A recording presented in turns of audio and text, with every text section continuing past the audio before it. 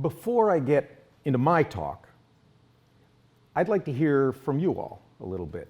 I know this kind of reverses the order of such things, but I've found that if I can get you talking early in the day, the whole environment changes. Something brought you here today. Something made you decide to sign up for the Fine Arts Symposium. If I can, could you tell me what questions you had in your mind when you signed up to come here?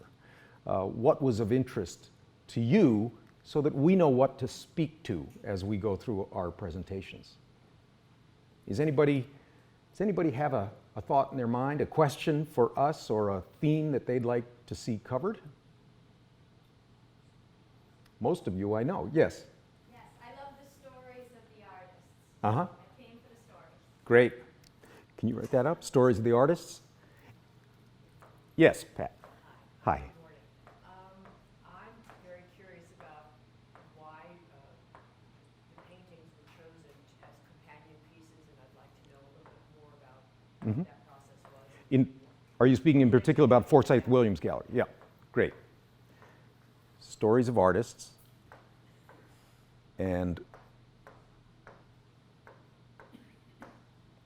then pairings. Other questions? Yes, Amanda. It's more that I've returned here from years ago, being here in the summer, is recognition of the uncovered stories, I guess, or uncovered that there is a vast amount of history here, of art here, amazing people that have been here, and this is not necessary. I'm not associated with the art world in any way. And it's not a specific interest of mine, but it's more like every other area that has been an interest. It's like, wow, there's a lot to uncover. And so I'm coming as not any specific questions about art. It's more, what do we have to tell them? Because there is an amazing amount. So I don't. It's not. So it's more that I just. The fine art history of the art history of Nantucket. Yeah, and the topic, I would probably come for most any topic because there's so much here Yeah. that I don't know about. So this is one of Great. So the art history on Nantucket. And Yeah. varied stories. Yeah. And yeah. Yes? And I'd like to hear specifically more about Frank Swift Chase and his art story. Okay. Good. I'm not sure I'm in a position to talk to that question, but perhaps we have some of that in some of the other art history of Nantucket. And then School of Frank Swift Chase. Yes, in the back. The future of arts on Nantucket. Uh-huh. Interesting. Okay.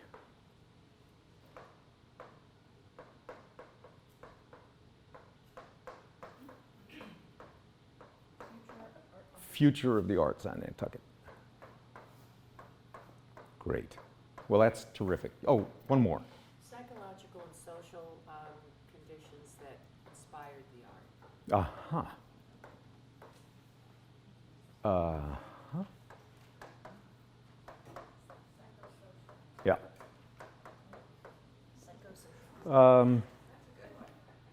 Could I shorten it to cultural conditions that inspire the arts?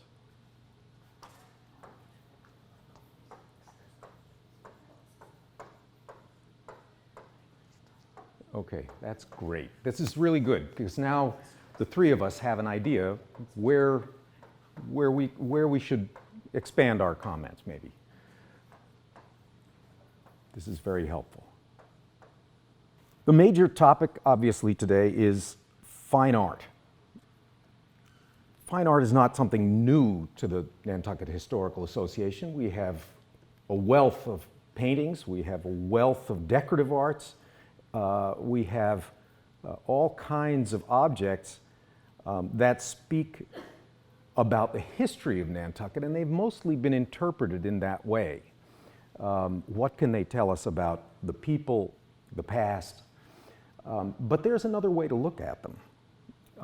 And James very clearly said to me as we started in, as the Williams Keller Gallery was being built, that we want to expand our focus on the artistic experience of these objects and of objects in general.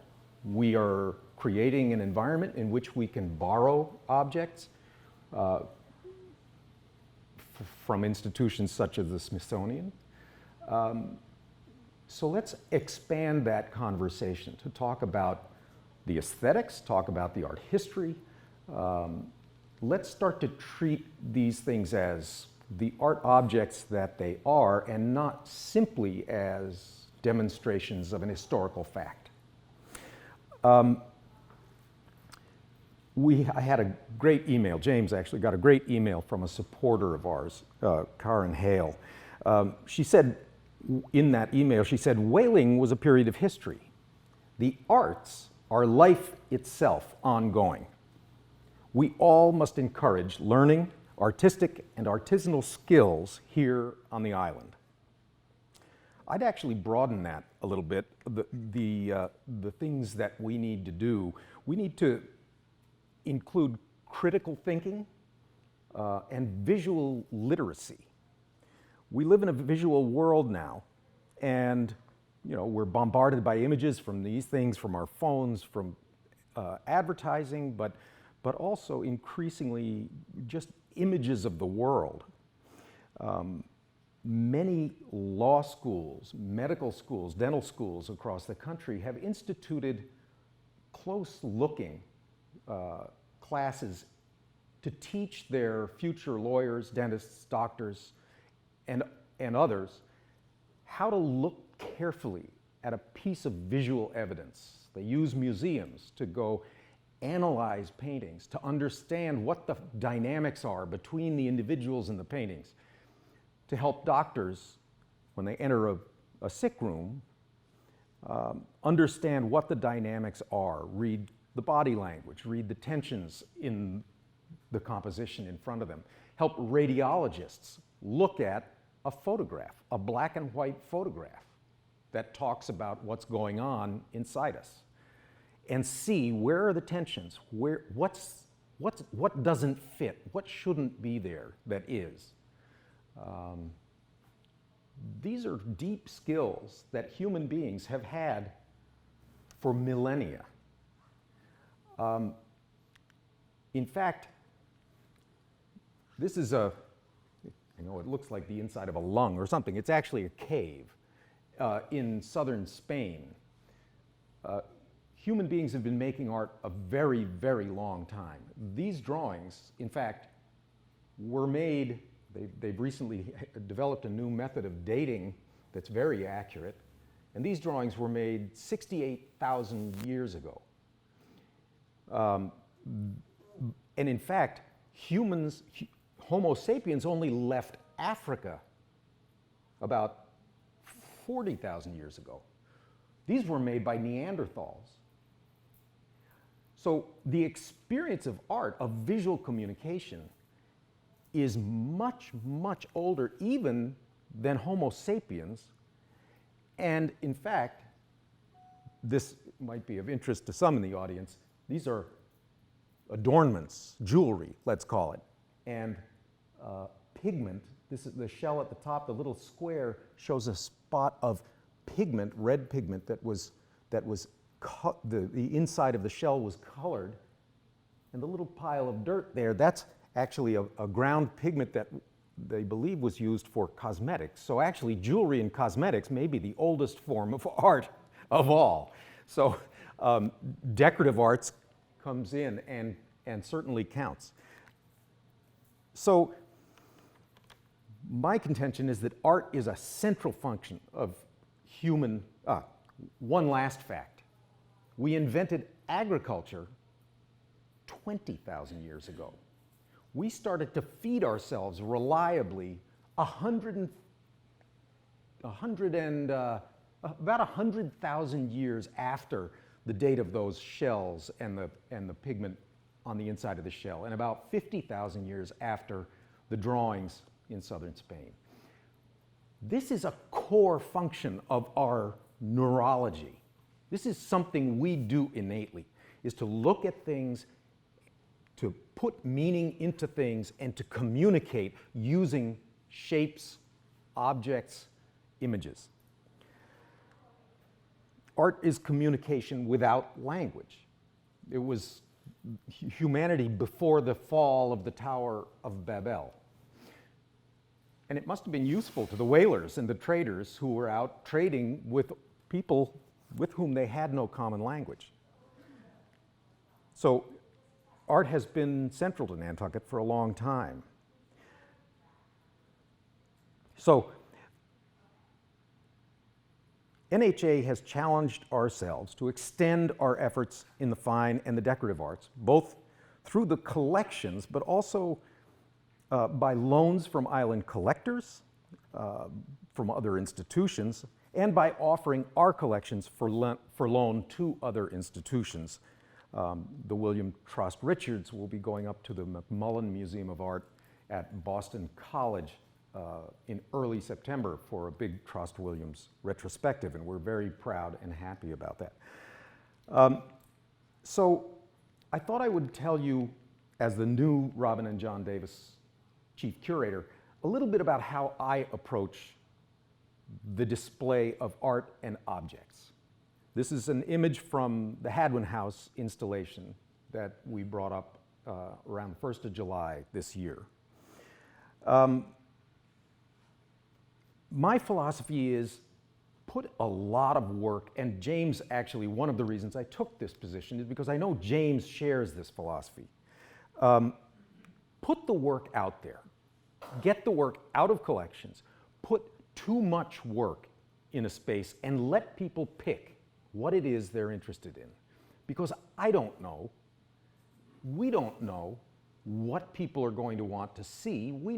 I know how to put it out there with its best foot forward. But the work of art, as George Hines said, is created in the mind of the viewer. So the artist, the curator, have relatively, we can do our jobs, but it's in the viewer's mind that this really happens. It's their associations and their impressions that they take away that really are the product. So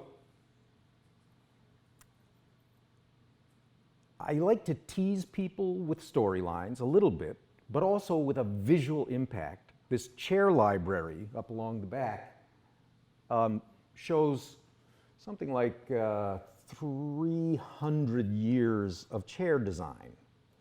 Now, they're not all the very best examples of that, but they're in our collection, and it's extraordinary. There are 15 chairs there. We have 250 chairs in our collection. So there are a lot of stories to tell there, a lot of design ideas that are represented. And actually, this chair is the most recent, although in fact it was built in England probably in the 19th century. It is an example of a Nantucket artist taking history and reworking it for their own ends. This was a chair that was chip carved over the entire surface by George Murphy, an artist who lived on Nantucket for about 15 years and is now living in Vermont. And this was part of an installation he did at, I'm going to forget the name of the gallery. It's a single letter surrounded by X Gallery. Thank you. This was an installation at the X Gallery called For Renee, and the Renee in question was Renee Magritte. George is something of a surrealist, and this was an homage. The cushion on this chair, which you can hardly see because of course it's black on black, but it has a rather comfortable looking cushion with a dish in it, and in fact it's carved out of oak. I was really surprised. In fact, that was what jolted me to realize that this was not what it looked like, was realizing that this cushion was made of wood. And so then I started asking questions, looked at underneath it, and there's a big inscription. This was made in well, the first time when he carved it, it was 1975, more or less, 1973, and then he painted it black and put it in that exhibition in the late 90s here on Nantucket. Another thing that I did was we have 250 chairs. We have 350 spoons in the collection. And Quaker aesthetics being what they are, they're pretty similar. These are, I think, 62 spoons from the collection, organized. And so what I thought to do here was really just make a sculpture out of the spoons, but a sculpture with some meaning attached. These spoons are arranged, and I have to thank Wayne St. John and Jeremy Nelson, who are sitting back there, who helped with the whole installation process at Hadwin, for helping organize these, do the research, and develop this whole, not just this, but the entire house. These are organized into blocks. You can see there are kind of 9 squares in this pattern. And those represent the first row, the first 3 blocks. The first 3 blocks across the top are makers who lived on Nantucket, who were here working in the late 18th and early 19th century. And then down below, you start here with spoons that are hallmarked with Hadwin, William Hadwin's hallmark. William Hadwin, of the Hadwin and Barney Candle Factory and of the Hadwin House. He came to Nantucket as a silversmith from Newport, became a silver dealer, and then sold his business. He sold it to James Easton. Easton took on a partner, and they had a joint hallmark, and then the partner and Easton took it back. This is J. Easton here, and then these are the Kellys. So this is a whole business genealogy of businesses on the island. So this is a little bit how I like to curate. Let's put up a visually exciting thing that prompts curiosity. In the fine art area, however, there is art, not just decorative art, woven through all of this. The artists who are creating the images are visual artists. This is perhaps familiar to some people. Do some folks know this image from Wedgwood or from other places? Is this a familiar image? This image actually was created from a wood block, a rectangular print made by Thomas Bewick, B-E-W-I-C-K. It was an English wood engraver. And it was used as the seal of the Newcastle Anti-Slavery Society. Newcastle in England had a big, strong anti-slavery organization, and Bewick made his print into a seal for them. And Josiah Wedgwood took the seal and made medallions, which you may have seen in other museums and antique shops and so on. But this was a strong statement with, you see in the lower left, people being beaten by an overseer, and in here, people carrying heavy loads. Am I not a man and a brother? This was in our collection in the library, not contextualized. I don't know what it was off of, but the same image adorns a number of publications of the Newcastle Anti-Slavery Society. So I imagine it was a publication in the United States about abolition, obviously. So, but Bewick also published a book called A General History of the Quadrupeds.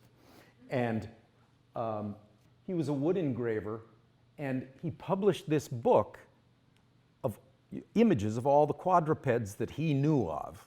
It's a little disorganized, but it's a big book, and it was extremely popular in England.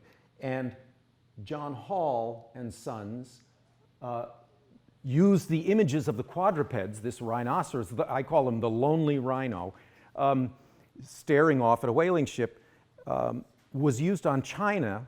We have two pieces in the case up at Hadwin, but it was a big fad in china decorations. So Thomas Buick actually connects two of the exhibitions at Hadwin House. So at Hadwin House, one of the things we're trying to do there, we've put in decorative arts across the ground floor and Nantucket stories upstairs. And we hope to keep that format for at least a couple of years until we know whether it really is drawing people and it develops a life of its own. It's a little hard to tell the first year out, but so far about 10% of the museum visitors here, between 10 and 20%, find their way up to Hadwin House. And that's a pretty good number, certainly a big increase over last year up there. Because we feel that looking at these things as objects, as sculpture, really brings them to life in a different way. So we hope to use that ongoing as a way to get objects out in front of the public, to change some of them out through the seasons, through next year. But really to make the collection available to the people who really own it, which are the people of Nantucket and the people who visit. I'm really here to tell stories. I'm a storyteller with objects. I'm not an art historian exactly, but of course I went out on the roadshow and it completely overwhelmed me how I guess the best way to put it is art history, the history of objects, is not a solo activity. It's not a philosopher or a historian thinking quietly in a library. It's a social activity. It's a group activity. People come to museums together with other people, with friends, with family. And in fact, on the roadshow, the stories that got told were a combination of the knowledge of the appraisers who really know the field and know where this piece may fit, but also the information brought in by the visitors. And here's a woman named Lisa Bunker Hewlett who came into the roadshow in about 2001 with a tooth, and her tooth had engraved on it that it was the ship Oregon of Fairhaven, that Captain John Bunker was the master. And John Bunker was a Nantucketer. He was a Nantucket captain. The tooth was beautifully engraved. It was an unusual color, this kind of amber color. It had terrific scenes of hunting on the one side and cutting in on the other, and this great inscription, which dates it September 27, 1827. At first, so this tooth came into the roadshow. Wayne Pratt, formerly of, the late Wayne Pratt, formerly of Nantucket and Connecticut, did the appraisal on television. He gave it a very big price for the time, $75,000 to $125,000, and that was almost a world record at the time. I think only a pair of Darwin teeth had sold for more. And he didn't really say why exactly in the appraisal. He said it was a good tooth, it was deeply carved, it was well carved. But I was curious, why such a big number? And why did this tooth look the way it did?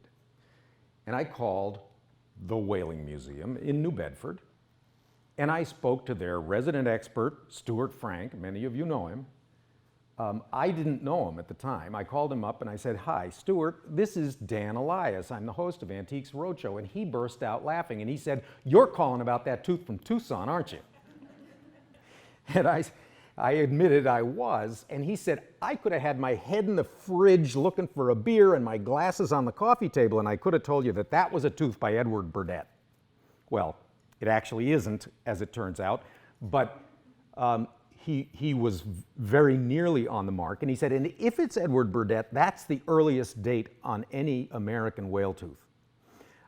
In fact, later investigation shows this to be the work of the Britannia engraver, and so it is not the earliest date on an American whale tooth. Too bad. But the other thing he said was, and I can also tell you that because of the color and because of the holes in the upper surface of the tooth, that this was a tambwa before it was a scrimshaw. And tambwa is this. This is a tambwa. It's the most valuable object on the islands in Fiji. Fiji is an archipelago of about 400 islands. And this is the symbol of ultimate power and value in Fijian culture. Whalers used to trade teeth into Fiji in return for provisions. You could provision a ship for 2 years with a single whale tooth at the beginning of the 19th century. And so they were very valuable in Fiji, much more valuable than they were on whale ships. So Stuart's question was, this is a very interesting tooth because it came out of Fiji as a tambwa and into the hands of a family who then passed it down many generations. Her maiden name was Bunker when she brought it to the show. And it is, we can prove that it was in American hands ever since the date that it was carved. So he said, that's really interesting. How did that happen? And I got lucky. I did a little bit of research and I found this book called Wrecked on the Fijis, which was a manuscript found in a shed in Sconset of a guy named William Carey, who had gone out whaling in a ship called Oino, Wine, and had wrecked on the shoals in Fiji. And he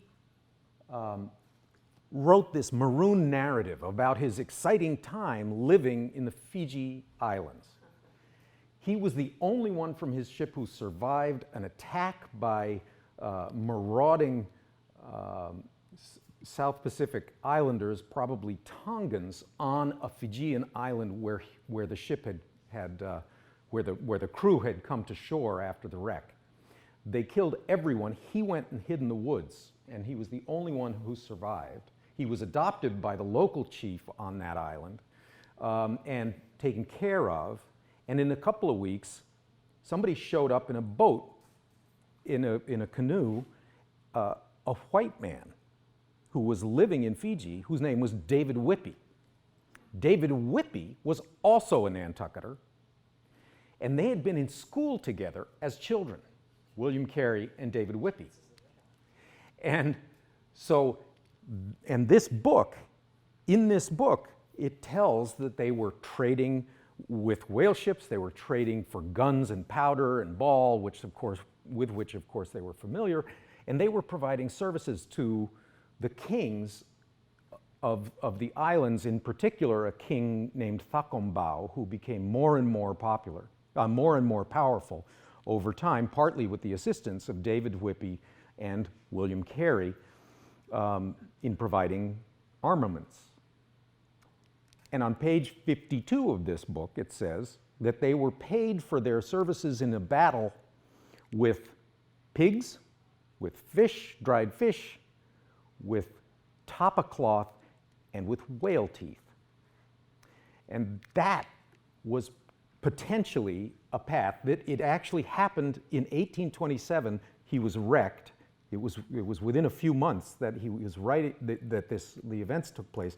So it was at exactly the same time that tooth had come out of Fiji. Now, I don't think that tooth was in fact one of the teeth he was talking about, but it's a mechanism by which a tambwa could have come out into a whaleman's hands and been carved. So these are the stories that tie Nantucket to the world. And they, for me at least, are really exciting.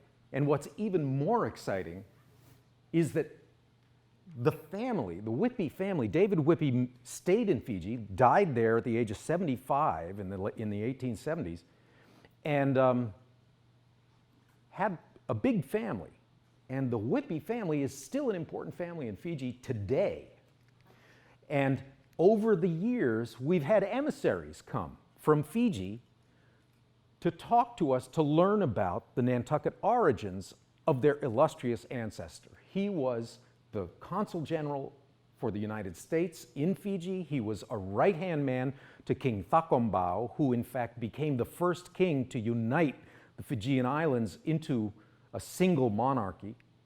And unfortunately, because of the depredations caused by the influx of whale teeth and the disease that was brought by Western vessels, ended up having to cede sovereignty. Thakombau himself had to cede sovereignty in the 1880s to Britain because the Tongans had allied with the hill tribes in Fiji against the more powerful coastal tribes. And they were in danger, the coastal tribes were in danger of losing control to the Tongans. And so he allied with Britain, totally changed the political atmosphere of the Fijian Islands and the subsequent history. And it's whale teeth that really played a huge role in the development of that nation. This is a kapa, a tapa cloth, that was brought from Fiji in 1947 by a descendant of David Whippy, who came here to look in our library and learn about how David Whippy had grown up here on Nantucket. We have letters. There's a stewardess in the family who has traveled here several times, and we have a whole file of letters from this family, the communication back and forth over the last century. So, but there's always a little mystery as well. There's a little mystery left to find out, which is what I really love about objects. The story does not ever end. This sign, which you're probably familiar with from the timeline over here, it was on the timeline.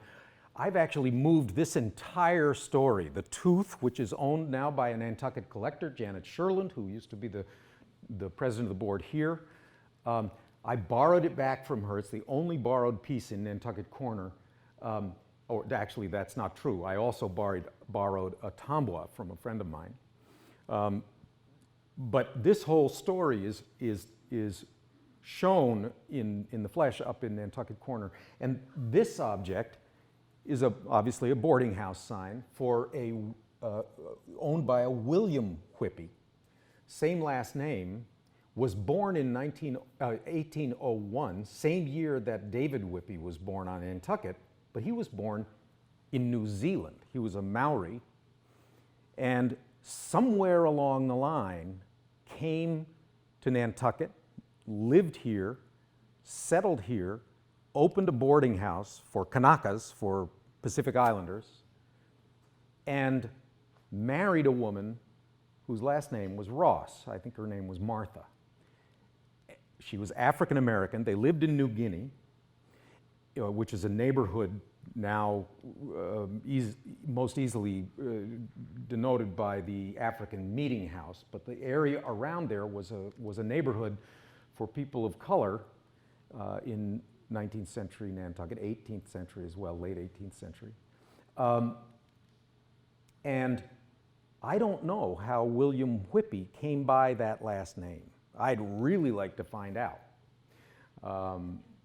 This is a real tease. Did he pick that last name? Did they meet? David Whippy went out to Fiji in about 1820, presumably when William Whippy was getting ready to explore the world and end up in Nantucket. I don't know. We don't have the documentation. Even Fran Kartinen doesn't know. Anyway, so that's how I like to approach the process of telling stories with objects. It's what I enjoy. I think it's what James hired me for, and I hope and anticipate with pleasure telling many, many more stories like that out of the collection. So thank you all for listening. Oh, there it is. Thank you, and this is my email address here at NHA. Please be in contact with any questions or I love to see people's collections. I love to see what they say about them. I'm here for you guys. So we're open for business and engaged, and let's give them something to talk about. Thank you.